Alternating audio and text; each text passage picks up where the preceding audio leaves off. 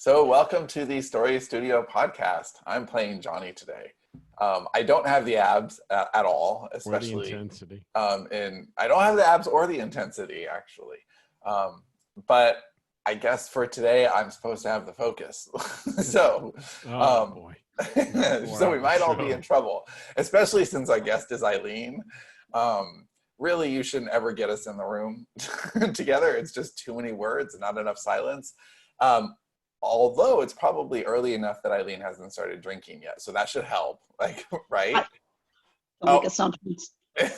maybe she has. All right. Well, there I go, making an ass out of you and me. We don't have Johnny today. We do have Dave. So yay, Dave! I'm sorry. He's gonna bitch about COVID in Florida in just a moment. Don't worry. We also have Neve and we have Eileen. So today we're gonna talk to Eileen, but of course before we get to making a living as an artist, because I don't know that this is true, but I'm gonna say it's true.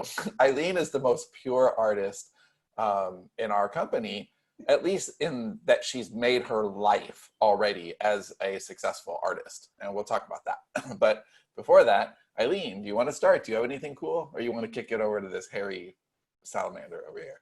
It's something cool that I've been watching or looking at lately. Yes.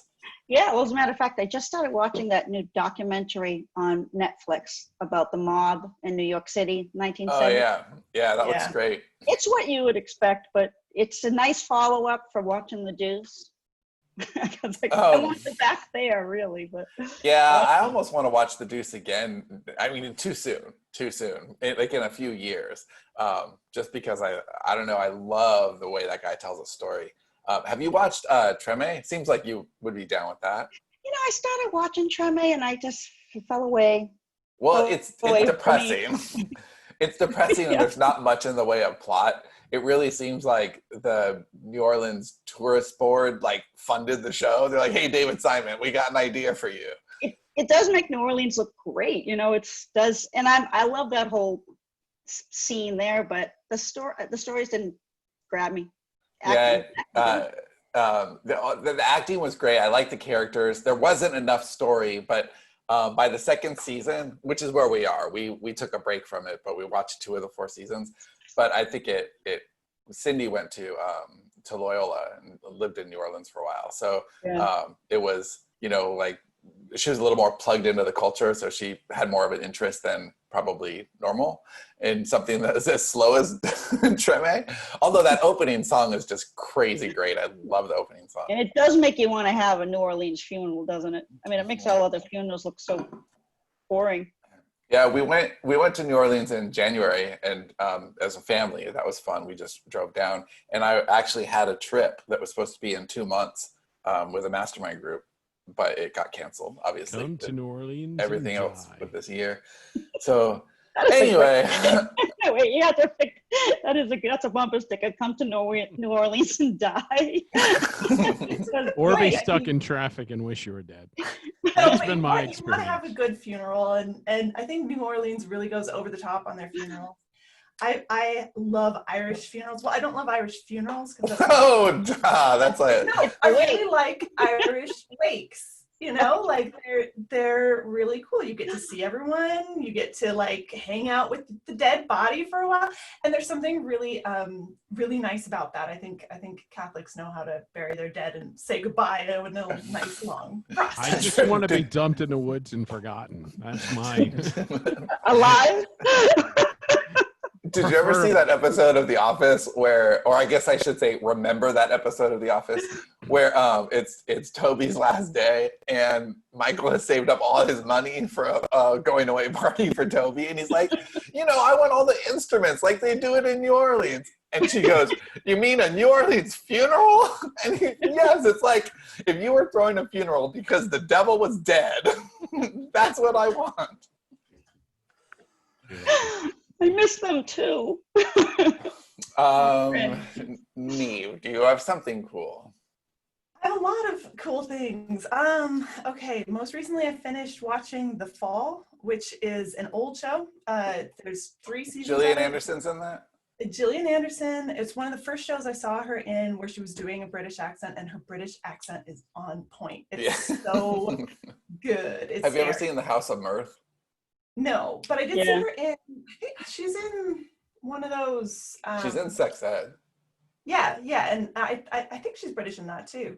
But she's in a bunch of those period dramas that they do in the BBC. It's like she went through a period where she was really into being British, I feel like. But what was interesting about this show, it was set in Northern Ireland, and so she's coming in as this like British cop, and it's about a serial killer. Basically, they took BTK, you know, the serial killer from the US, and they're like, what if this was set in Belfast? And so it was really interesting. It was really intriguing. But it does that, I don't know, there's something the BBC does where they are super, super good at making up for their lack of budget. So you're like, this is not going to be pretty. It's not going to have all the bells and whistles, but the acting will be really good, and it will have some like really intense pressure. I had to watch it at 1 episode a day. Otherwise, I just felt like it was just way too much. But so it was glad to be done, but I'm glad that I watched it at the same time. Dave? I have nothing cool. Everything sucks. Okay, well, tell us something that sucks then, specifically about Florida or COVID or your family or your late draft. Any of those things will do. All those are I guess. What sucks about me? all of those are combined, actually. Oh, it's just awful. Yeah, I got nothing to say. You seriously don't have one good thing about your life right now. Not a single. How about this, dick face? But I'm alive. How about that one of your books this week landed a Bookbub? Okay. That's cool. All right. I mean, okay, so nobody cares about that, though. Oh my God. This audience definitely cares about Oh my God. They care more about that than any bullshit we're talking about. Oh, okay. No, we don't talk about our books, though, remember? Okay. We don't want people buying our books. I didn't say the name. What I said was all right, a book that we have that the name I won't say. Wait, no. I want to talk about this for a second because for months we were trying to get a Bookbub. Then we got a Bookbub, and it was for a book with no funnel. And we're like, And the example that I kept saying over and over was, oh my God, if only this book got one, Dave would have a win. We would have a win. Didn't I have one before? I felt like I had one before. No! I thought that it did. Okay. No, this book specifically, you have no concept of timeline of your own catalog. If you had my life, neither would you. If I had your life, I would have been dumped in the woods already. All right, so my point is, we have been as a company championing this particular book landing a Bookbub. So you guys don't know this. Now that we ended the series, it's perfect timing. We have. Well, you know what's going to happen? It's going to do well, and then we're like, well, we should probably hold on. We should probably write another book, and then I'll write another book, and then nobody will fucking buy it, and then my heart will be broken. It's the perfect timing because when you finish a funnel, that's when we can make all of the money. If this happened before the final book was out, you'd be like, damn it, we would have made so much money. Right. No one needs to write another invasion book or another Yesterday's Gone book. Those are done. Right? So all over Area 51 in general was like, woohoo, high five emojis, parties. I tell Dave, whose franchise this is, and he goes, okay, cool. I don't even get capital letters. I don't even get a capital okay.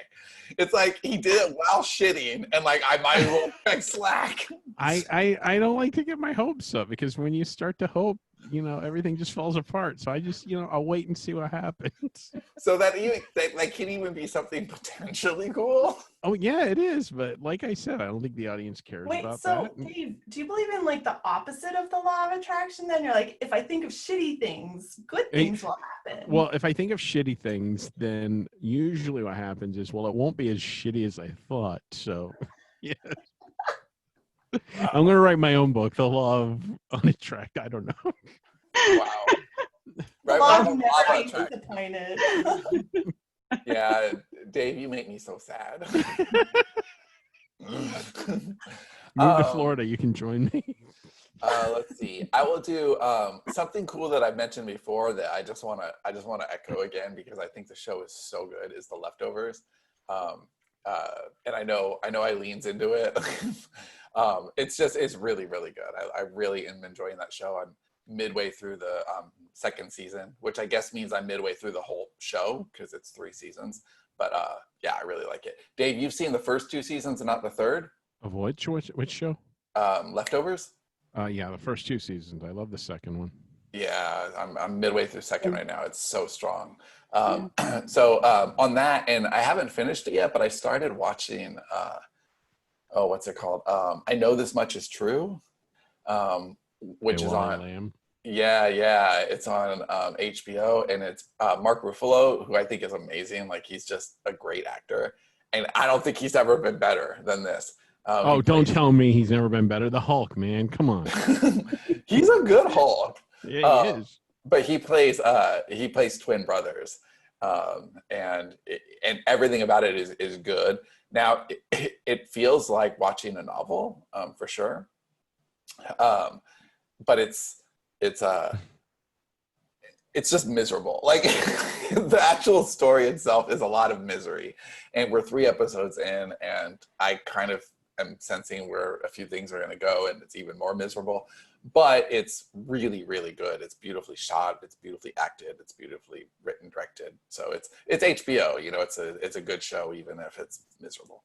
I feel like I just saw the headline. I didn't read the story, but Ozark and Dead to Me were both canceled, I believe. Netflix just fucking cancel shit? No, they're not canceled. They're completed. So in the case of Dead to Me... Well, that isn't complete. It left on a cliffhanger. No, there's a 3rd season coming out. And then they'll end. Okay. All right. I just saw the headline. So, okay, thanks. The creator of Netflix not only is getting a 3rd and final season, she has an all-over deal with Netflix with a whole bunch of new shit coming out. I was going to say, that sucks, man, because most of those shows... And Ozark has a final season that is being split into 2 mini seasons for a total of 16 episodes, 2 8, and then it's done. Breaking Bad model. Okay. Breaking Bad model, right? Hey, have you seen Escape from Dannemora? Netflix hit it out of the park with that. Have you seen that? I don't know what that is. It's Benicio del Toro and Ben Stiller directed it, and I'm blown away with the direction. When did this come out?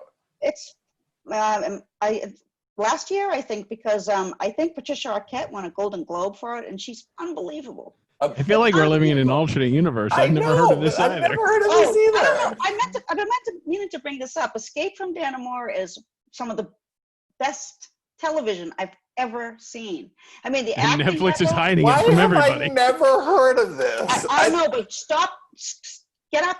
Cancel this. Okay, let's go. All right. We'll start a watch party. I feel like you're making things up right now. He is. Escape from Dannemora. Check it out. Maybe directed it. Maybe she was split into an alternate path. No, it's not Netflix. It's Showtime. Oh yeah, I'm sorry. I meant to say Showtime. Okay. No wonder nobody knows. Yeah, big difference. That's okay. Now I get it. Yeah, then why? Okay. Who has Showtime anymore? Well, no. This is the simple. This goes from. I should add that to my interest queue too. I'm going crazy right now. Like, no, I have Showtime. That's not a problem. But a show on Showtime can easily fall off your radar. Netflix just shoves that shit down your throat, and then every like pop sugar, 13 things on Netflix this weekend that you're an idiot if you haven't watched. Yeah, Netflix hires stalkers for their marketing department. Yes, they do. The name of the Ruffalo show is I Know This Much Is True. That's all right. Someone was asking in the comments. Okay, so everything cool. Bonnie is here, muted. I think because I don't know. Hi, Bonnie. Do you want to jump in? Maybe not. Okay, so Eileen is our guest, and Eileen is a musician. Eileen's been with our studio for a year and a half. Is that about right, Eileen? It'll be 2 years in September or October, I think. Yeah. Yeah, so a long time. And before that, Eileen has been a singer-songwriter, and we got to know Eileen because she came to several of our events.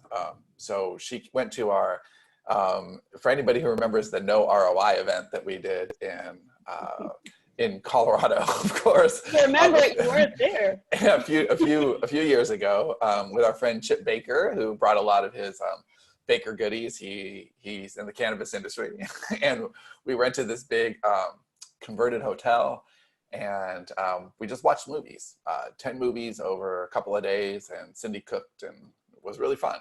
And it was a no ROI event because we were just about watching movies there. But Eileen and I would have some ROI discussions off to the side.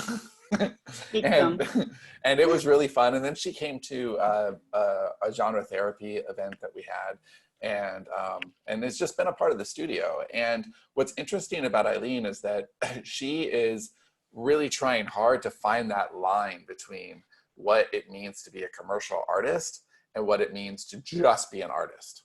And it's almost funny because we're drifting closer and closer to, okay, here, Eileen, we figured out what you write. Here's what we're going to do going forward. Here's what we're going to go in the future. Here's kind of going to be your model. And she's like, wait, I'm not done with the commercial stuff yet. So it's like she doesn't want to let that go because she wants that victory. You know, she wants to know, I can do a commercial series if I want to, and then I can go be an artist. And it's been really interesting as a studio to kind of shape that voice and figure out what is it that what kind of story do you just love to tell that you would enjoy telling on repeat, that won't feel like work, but that is also something that is easy to sell. Because what we're finding, I mean, most people listening to this know that the only way to sell books right now is to advertise. I mean, like in some way or another, you can only do it by capturing attention. You need traffic, you need conversion, because it's not the old days where you could just put up a book. It's saturated. There's really no genre where you can just publish content. And so finding the thing that you're excited to write, but that also you can tell an algorithm, it's exactly like this thing, that's hard, right? So we've really spent a lot of time to do that. And I think for Eileen, one of the things that's, I don't know, not even a hindrance, but something that's really helped kind of shape this journey for you, and probably a good place to start the conversation, is because you're transitioning from being a successful singer-songwriter to being an author. It's like you want to make a statement, right? So how much does that get into your head? The idea of, man, I'm putting myself out into the world in this totally different medium. It has to fit this preconception that I already have in my head. How much of that is there that you're carrying around with you? Well, it's more about I can do this. It was, that's how it started, because, I went to college, but I didn't finish college. And you know what you do when you don't finish college, you start a band. So I know a few people who follow that formula. Yeah, and I got lucky. I've been doing all right with that. But I knew I wanted to do something creative. I grew up with 8 brothers and sisters, and my father worked 3 jobs, and my mom worked at Filene's as a telephone operator. I don't know how many times a day she had to say, Filene's, where may I direct your call? And I respect them so much. They raised 9 kids, and then I just thought, fuck that. I need to figure out how I can get paid to do something I really love to do. But did that happen right away, or was it? So no. Was it a little bit of like guilt, like you just owed it to your parents to prove that you were? Because I know a lot of your storytelling sensibilities and your sensibilities as a human are kind of like family centric and really specific family, like big Italian family, right? So it kind of informs your perspective, it informs your voice. So did you have like that familial responsibility, like I have to stand out, No. No, it was just the opposite, actually. My parents passed away now, but one of the best things my mother could say about someone is, just regular. Like, how do you know? But no, actually standing out was frowned upon. really. You know, it's more about being part of the unit and not standing out too much in some ways. To not, you know, get above your station, or not to, you know, have too highfalutin ideas about what you can be and what you can do. So a little like the poppy syndrome in Australia. Like, yeah, if you grow too tall, they need to chop you so they're even with the other poppies. Yeah. And what the idea of being a writer, what I wanted to do it. I really wanted to write a book. It just seemed so lofty, and I thought, I can't do that. So a song is a song is simpler because it's a few minutes. It's a chord progression, some lyrics, and you're done. Where a book is, I mean, you're like, if Ozzy Osbourne can do this, I can do this. That's fair. You know, yeah, but you read a John Steinbeck book, and I think, I can't do that. But that's what I had to get over. I finally did it. I finally just said, okay, what are you waiting for? You're not. So if you want to write, you better write. So what was the trigger there? Was it like a life change, a location change, a mindset change? What was it that made you think, you know, is it time? Was it touring? Like, I'm tired of this shit. Yeah, it is. It was. I love touring, and I'm lucky that I get to do it. But it does get tiring, and you do sort of, after a while, feel like, you know, you're in a pattern that repeats. You know, you put out a record, you tour it. It has a cycle, it fades, you go home, you write, you make the record, you tour it, it's a cycle, it fades. And touring is amazing. I've been to amazing places I never would have gotten to go. I've been all over Europe, and, you know, I've done, so I'm really, really grateful. I've heard you played in castles before. Oh yeah, that's in Italy, and in some places in England and Scotland and Ireland, they'll just put a gig anywhere. I played in, you know, church courtyards, and I played in all kinds of strange places. Yeah, in a quarry, in the middle of a quarry, I played, and that I love that. That's my favorite part about being in Europe, is that, and the whole town comes out. You know, I've played in like town fetes, villages, and everyone's there. They just sit there and they quietly listen. You know, all ages. It's really beautiful. But I think so then when I moved to Nashville, I did something completely different. I learned a whole new skill set, learning how to play, you know, traditional country music. And I learned hundreds of songs, playing 4-hour shows, no breaks, 4 hours straight on stage, you know. And that is something that a younger me probably wouldn't have done, because I might have been too snobby. I thought, I'm not going to play other people's songs. I'm an artist. And then I got proud of that skill set. So I think, making this a really long answer, I think it led me to say, I can write. I've learned this whole other skill set in my 40s. I'm just, you know, take a shot at it. And some of it is just getting over the artsy thing. Yeah, is it similar? Like when you look at songwriting and all of the skills that go into doing that, it is putting on a show, it is creating art for other people to enjoy. Do you find that some of those skills transfer over to your writing? They do, in that you want the economy of language. You know, you want every sentence to say a lot, to punch. You know, but the difference is, when you're performing live, you're sharing that right in that moment. So you can change the art, you can change what you're doing based on the response you're getting. When you're writing a book, it's like, there you go. You know, right. I hope you like it. It's like mailing a letter. It's just, I hope you like it. Okay, I've got 2 questions for you then. So as somebody who's created art for a living, you've dealt with reviewers, you've dealt with trolls, you've dealt with people who are like, oh my God, I love your music, and people who probably said horrible things about your music. Yeah. So has that helped you, like, kind of build up some armor that, like, hey, I could take it. Like, I know I can get better as I go along. I've already heard it. Whatever they're going to say, I've already heard it. Or are you a little tender because you're human and it hurts when people say shit? It hurt more in the beginning. And mainly when you're younger, the people who are reviewing you are older, they know more. So now when I get reviewed, it's probably by somebody who's 25 years younger than me, and I'm like, shut up, punk. when I was younger, I'm like, oh my God, I'm never going out there again. I mean, one standout review I remember was very short. It was not as awful as some. Yeah. Ouch. There's really poetic to that. It's like that really like gets in there. I'm not even worth properly insulting. Yeah, it's so like mercilessly dismissive. It is. Yeah, exactly. And that's the idea. That's in the same thing with writing. You just have to make up your mind that there are going to be people who don't like what you do. Oh, and, yeah.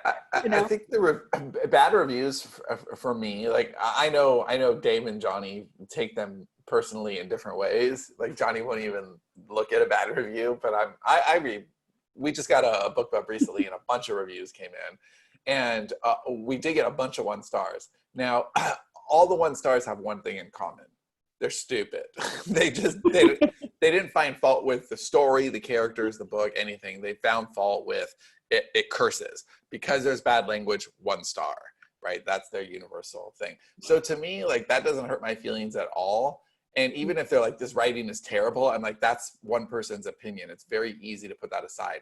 It bothers me because it's a conversion element that, you get a lot of 1-star reviews and people like see that. Now, if they click on the book, anybody who doesn't mind bad language is going to be like, oh, the only problem with this book is bad language, click. But at a glance, bad reviews can hurt. So like, I think that you're right, Eileen. It's so easier. It's not just about age. I think it's about experience. And when you're first getting out there, it's not that you're young. It's that you're still new to the craft. And so you might believe what some dickbag says. But by the time you've been, performing in front of live, appreciative, high-paying audiences for a long period of time, then you know that, oh, well, it's that guy's taste. I'm good. Well, you think I'm still here, I must have something. I must have, and I've had amazing experiences like that. I've had a woman who was really in Germany. It kind of took me. I was in Germany. I played a gig, and there were probably 7 people in the room. It was I think it was just a duo show. But afterwards, I was like, wow, guess I'm not coming back to this town anytime soon. And a woman came up to me and said that she'd lost her son, her young son, and that she couldn't leave the house for a year, and the only thing that kept her from killing herself was playing my records. So I was like, I guess it's not such a bad night after all. Nobody, you just have to wait. You have to, for me, I just decided, well, I'm going to be in it for the long game. I'm going to take it all, because you're going to get it all. Anytime you live a creative life, put yourself out there creatively, you have to make up your mind that you're just going to stay flexible, zig and zag, and otherwise you're out. So your move to writing, is that because it's such a sustainable career? I mean, you don't have to tour. You can travel if you want to get new ideas or inspiration, but it's kind of on your terms, and you get to be the person in the village square enjoying the music instead of, having to drag your guitar case in and be that person. So is this kind of like your final art? You can see mastering the craft of writing novels and just taking it with you for the rest of your life? Well, it's just so luxurious. It's so leisurely. I don't have to get my story told in 3 minutes and get out and make sure that the chorus is good. I can develop characters over. I mean, okay, so Bob Dylan could tell.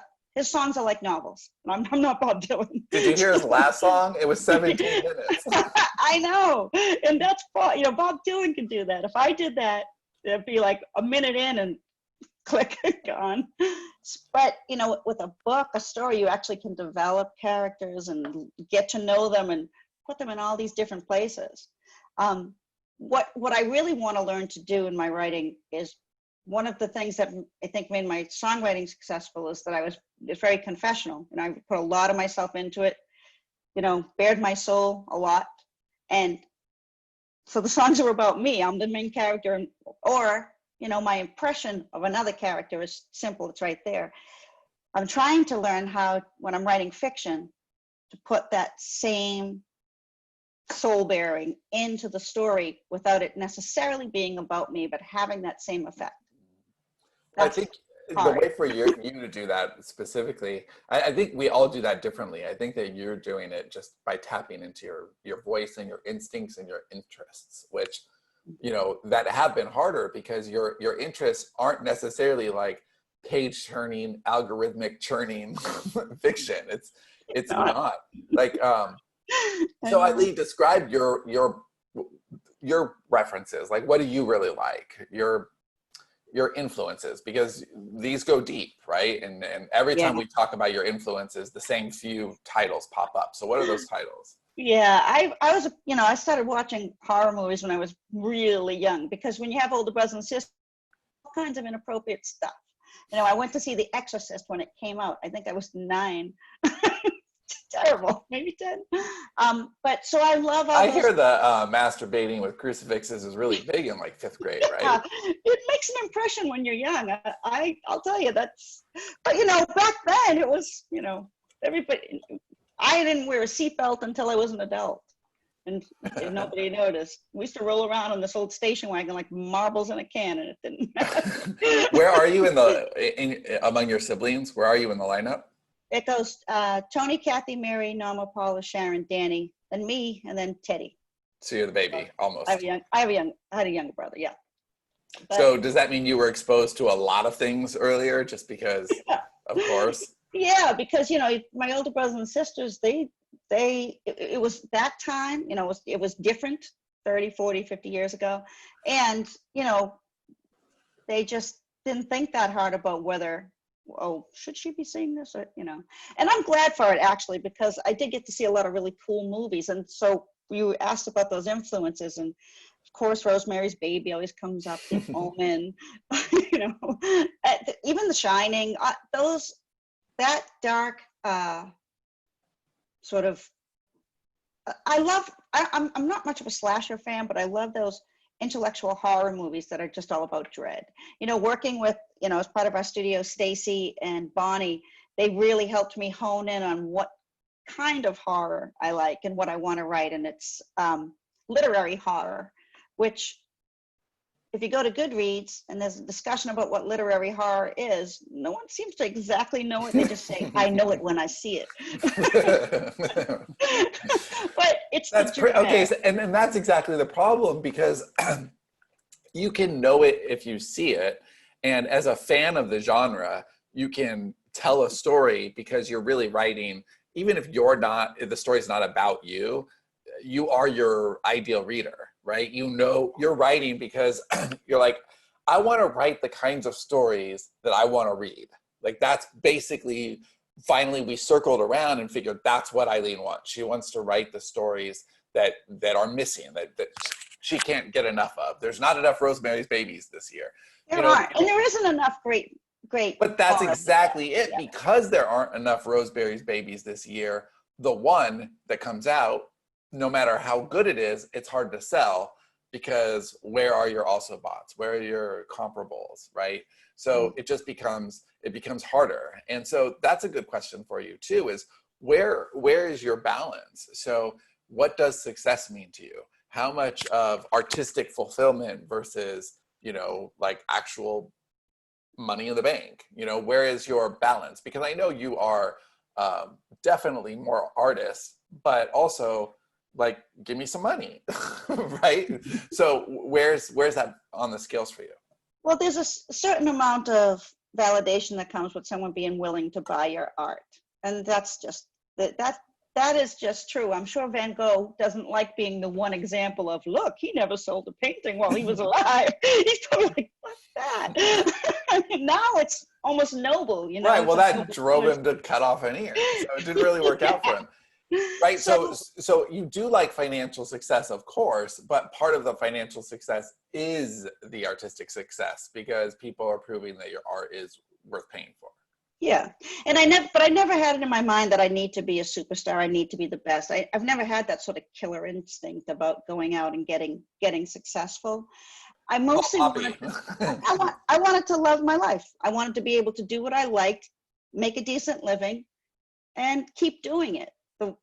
You know, one of the worst things about finally figuring out what you want to do is that once you're good at it, people start to think you're too old to do it anymore.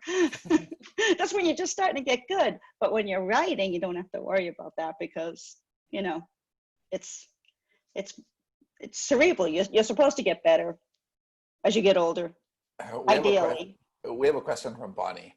Are there parts of your creative process in songwriting that translate into your writing process? Did you change your process at all for fiction? I have a process which is just letting myself go to that place where it's creative flow and that happens. That process definitely translates from songwriting when I'm creating ideas. When I'm working the language, you know, improving the technique with all the learning I've been doing, it's a very different process because I never really had to evaluate my songs in that way.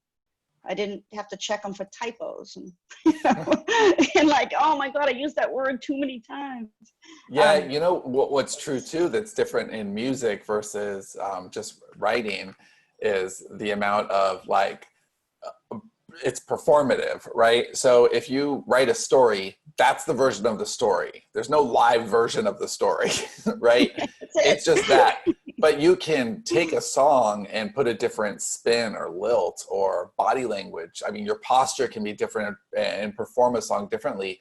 So you have like infinite versions of what that can be, where a book is just kind of like, well, there it is. That's the concrete of it. You know, it just becomes this permanent thing. You also get that feeling of realizing how good it is when someone else records it or when someone else performs your song, because then you if somebody else rewrites your story, you've got someone else rewrites your story. Then you call a lawyer. But yeah, so it's definitely, there's some things that cross over more in the creation of the story, and then it turns into, why didn't I stay in school? What is this? What's a dangling modifier? Why do I need to know that? You know? What have you learned from other artists, other songwriters, other people you've toured with? Like, I mean, you're bringing in such a different spectrum of perspective into your art. So, I mean, touring around, you've been in a lot of different countries. You've been around a lot of different people. You've been around a lot of different artists. So, how has that influenced your writing? And how has that influenced my songwriting or writing fiction? Well, both, but I mean, primarily I'm asking about fiction, but I imagine both answers are relevant because they've informed your songwriting art, which then informs your, you know, fiction transition. Well, that's one thing that helps that helps me continue to have that spark to want to write, because I have been around a lot and I've shared stage with some huge artists. I've played with Jackson Browne. I've played with, I tour with Ryan Adams. I've played with some people who've gotten and were really, really successful. And I always watch them for craft, how they deal with an audience, but their songwriting, I probably already know it before I see them. So I've studied that process already. I've internalized it. But with the idea, I love when I see someone that I think blows me away, because that always makes me want to go back and do better. That's why I'm always reading, I'm always watching movies, I'm always trying to analyze the story now, and mostly I watch things that I'm like, oh man, I can't even get anywhere near that.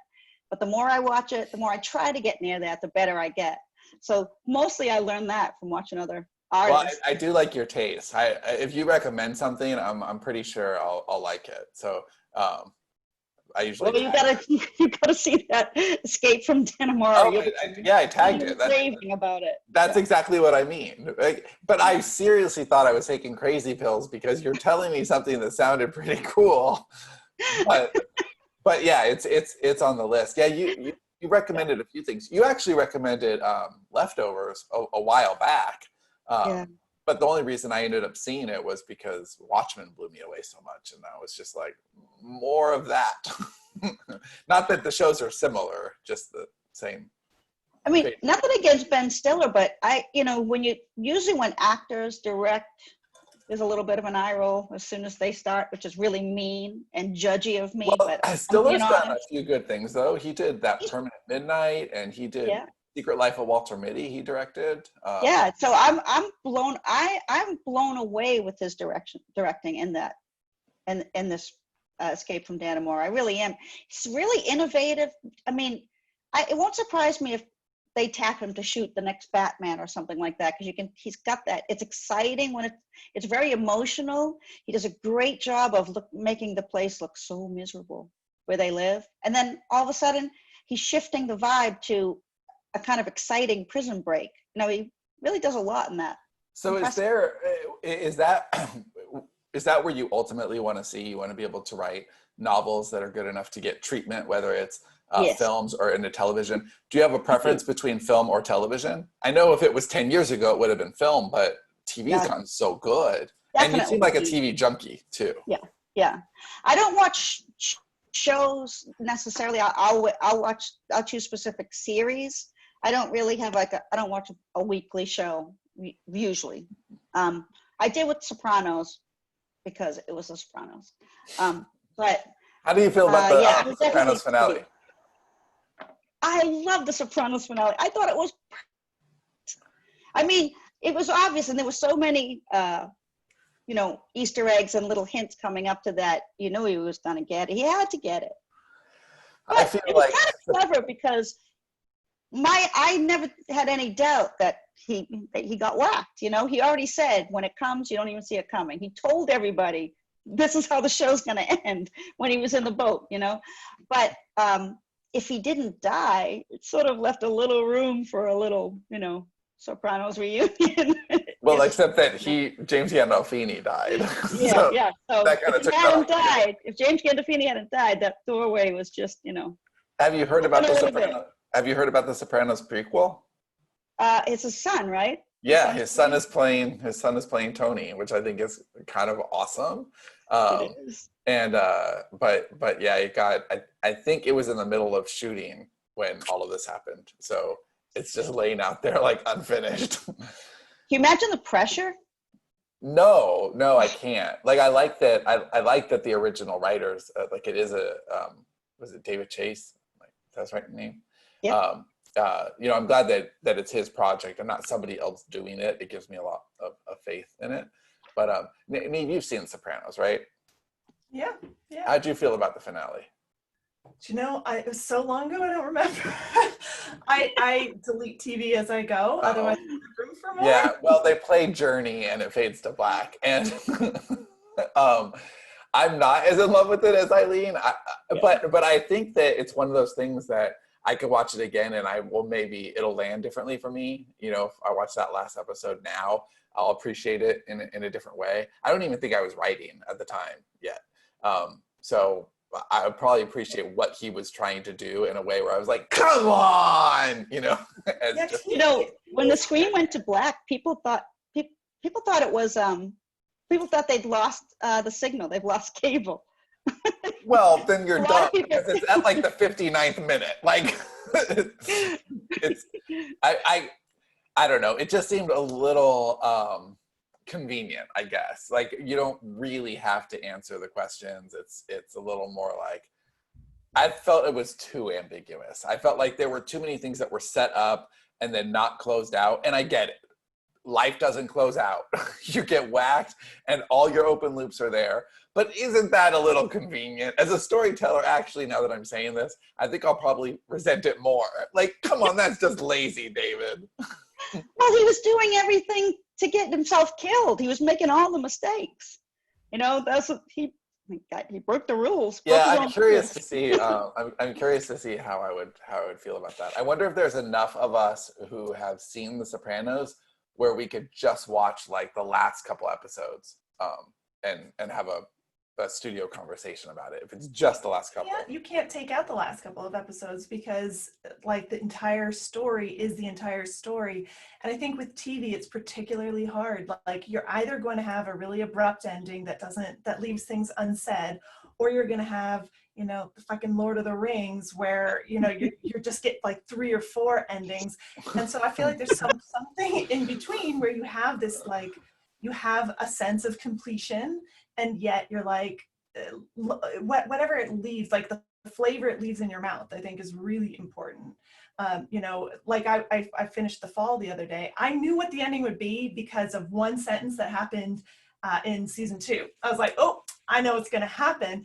And then I called it at the time. And then later on, like as it was coming up, I'm like, no, it's going to happen. It's going to happen. My husband didn't believe me until like 5 minutes before. He's like, oh shit, it's happening. But I think is that a 3-season show? Yeah, it's a 3-season show. And I think that gives a really good sense of completion. But, you know, that's what we were talking about at the start, you know, in terms of like when Netflix says we're going to finish the show after next season, that's a gift to a show. You know, I the Sopranos totally is like agree. canceled, yeah. And you're like, okay, shit, I've got to hurry up and finish this up and do it in a nice way.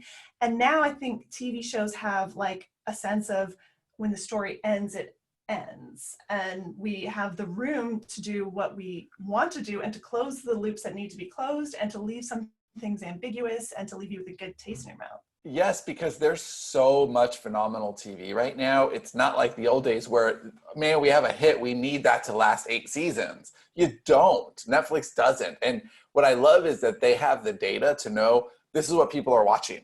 Like it's not a crapshoot for them. That doesn't mean that unfortunately some gems get, you know, lost along the way, of course. But all in all, they're going to look and they're going to say, oh, it doesn't make as much sense for us to do season 4 of this show because interest wanes. So we're going to do season 3. We're going to wrap it up. I love knowing that there's 1 season of Dead to Me left. I don't need 8 seasons of that. I need 3 great seasons and then move on to her next idea. Like that's what I'd rather have. In old shows, you know how like they always have a peak and then they sort of die off and then everyone stops watching and then the network decides to cancel them and then they might have an okay final season or they might not, or they might Game of Thrones it, you know, you just don't know. But yeah, well, Eileen, I'm really interested in the artistic muscle, like, you know, so I know you're in a new space with writing and that's difficult, and like how do you transition that stuff, but how much you know, how much of your skills as an artist do you feel like you've grown over time that just translates straight over, like in terms of how you feel about your work? Does that get better if you have something else to draw from? Like if you have that strength to draw from, like I could do it in music, I could probably do it over here. Well, I did get some beginner's luck because I took a course on self-publishing, an online course. And I said, okay, I'm going to write my book. And I wrote my nonfiction book. Really bad. I'm not even telling you what it is. But I really want to know what this is now. But this is the funny part. I got the cover off of Fiverr. I mean, I literally paid $15 for the cover, and I got a Bookbub. Oh my God. That is so awesome, Eileen. I got a Bookbub. I was like, yay, I'm doing this all right. So I had my Bookbub and I did sell books. And I didn't have any second book. It was the first one I wrote, the only one I had. But now I'm like, I can't believe I had a Bookbub with no more books. Why so stupid? Right now, Neve probably wants to explode. Yeah, I didn't know. I just like, you write a book, you get a Bookbub. Yay, did that one right. I'll go write another book now. Yeah, but there's something to be said for that, like for not overthinking. And I think that, you know, one thing that I think you bring to the table is that you can't overthink music. Like you just can't. I mean, I'm not sure you can second guess yourself, but you can't like question every word, and you can't, like at some point you have to be like, okay, this is the chorus, right? And you know, this is giving the feeling that I want to give. And that's what I think would be challenging, like how you can take the feelings that you can put into music and put them into words. Is it like painting with a different brush, or is it like learning a new language? Well, one of the things I mentioned about in this, and when we were talking about some talking points, is the idea of trying not to be precious, you know, trying to have that artistic flow going without thinking, I'm in my artistic flow and everything needs to be included. So I had this quote that my husband and I always laugh at, where Miles Davis, had John Coltrane playing saxophone in his band. And Miles Davis was an incredible, true artist, but he was a great businessman. He wanted to make some money. Have you seen the Netflix documentary on Miles Davis? I have seen it. It was great. But they were talking and Coltrane also, incredible, unarguably amazing, authentic artist. But they were talking about soloing, and Miles was always aware of the commercial package, even though they were considered kind of avant-garde artists. And so he asked Coltrane, why do you play such long solos? And Coltrane said, I just get so many ideas. I can't stop. And Miles Davis said, try taking the fucking horn out of your mouth. So I have to remind myself to take the fucking horn out of my mouth. Well, Bonnie says, Eileen learns faster than anyone I've ever worked with. So that's it. There's two things that you have. You're very willing to learn. You're very open. And, you do the work. Like, you've learned to do the work. Like, touring is not easy. That is a hard job. You've already proven that you can do the work in a different context. So you're just, this is more like emotional work. And I think probably, tell me if I'm wrong here, this is an observation, so it may not be true, but it seems like part of the hard part is the patience, because you're having to like learn the craft and then get to market and then kind of wait for the right publication time. So, there's a certain amount of like constellation alignment, and you're used to just like, I'm going to play my song, I'm going to get audience feedback, I'm going to go play another song. So is that part of the difficulty too, is like being patient through this transition? It is, and it's looking at, it's the planning. I've been learning to get my beats right, working with Bonnie and Stacy, and I am lucky. I'm surrounded by some of the best, most patient, giving teachers you could ask for, and it's the process of slowing down, thinking about it, planning it, getting it right. That's the hardest part for me, because when, like Neva, you were asking, when you're writing a song, for me, it's just flow. And I know, writing songs is as much craft as writing a book, but I've learned that craft, and it's, at least in the kind of music I make, it's something that, once you know how to do it, you can just. It becomes instinct for you. Yeah, yes. And I might have instinct for the creation of stories, but the successful structure is having to go back and learn that, really learn it well. So I want to learn it well enough so I can forget about it. Right. Well, I want to be at the forget about it part already. You know what you like, and you've had to learn why you like what you like, because then it can inform, the artistic decisions that you're making. So and I had to learn actually how to do it successfully and not just vomit it all out on the page like my first book. We don't have to talk about that. Let's not talk about it. Okay, so to wrap up, where do you want to be 5 years from now? Are you happier if you've got a very, very successful novel career and you're just writing a couple novels a year? Or would you be happiest if, you basically your stuff is moving to film and television? Where is your balance? And do you ever want to tour again? Or are you shelving that part of your life if this really, or let's say when this takes off and when all of your money is coming from your stories, your longer form stories, is that where you want to be? I'll always do some touring because I would miss that connection. And, I've had people there buying my records for 30 years and there's a relationship there. I would miss that. But I love the idea of seeing my stories acted out. That's like the performance aspect of writing a book. That's going live with your novel. That's the gig. So I would love to see that. I'd love to see that happen.